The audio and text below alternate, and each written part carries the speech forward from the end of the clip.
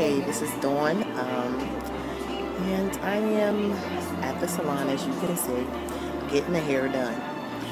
As I'm sitting here, I just can't help but to reflect on the incident that occurred on yesterday. It's very sad that things like this of such a nature occurs in the lives of people in general, whether you're black, white, Chinese, or whatever. It's just a very sad thing to see something happen like that, especially when it's at the infancy of livelihood.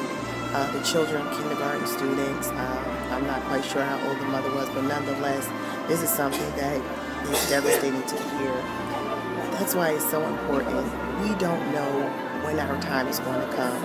And I know many of us say, well, I know for sure that I'm going to die old in my bed with my family around me, loved ones and friends. Yes, that's a desire that we may have in our heart, but let's be real. Sometimes things don't go as we plan.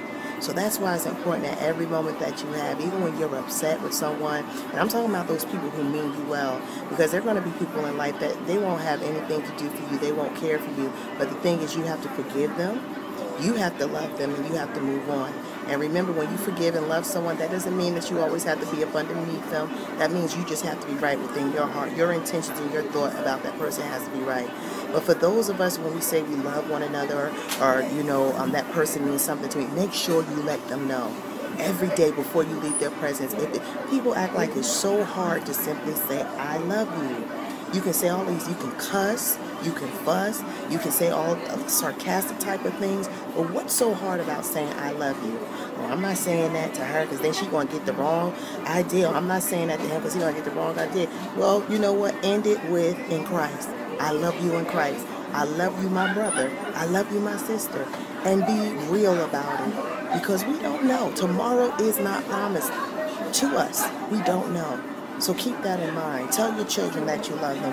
Tell your parents that you love them. Tell your students, even when they get on your nerve, I love you. Tell your coworker, yeah, I know people think I'm crazy because Dawn always talking about she loves somebody, but you know what? I don't care. I'll say it over and over. I love you. I love you. That way it's well with my soul, and knowing that I delivered something that I can do. It may not be money, it may not be riches, it may not be a whole lot, but those 3 words, and you can actually say, well, Dawn Nichols said, I love you.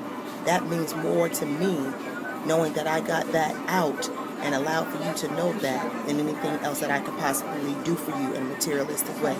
So that let's just pray for those families in Connecticut. Also, there were children who were also stabbed in China, and on the same day.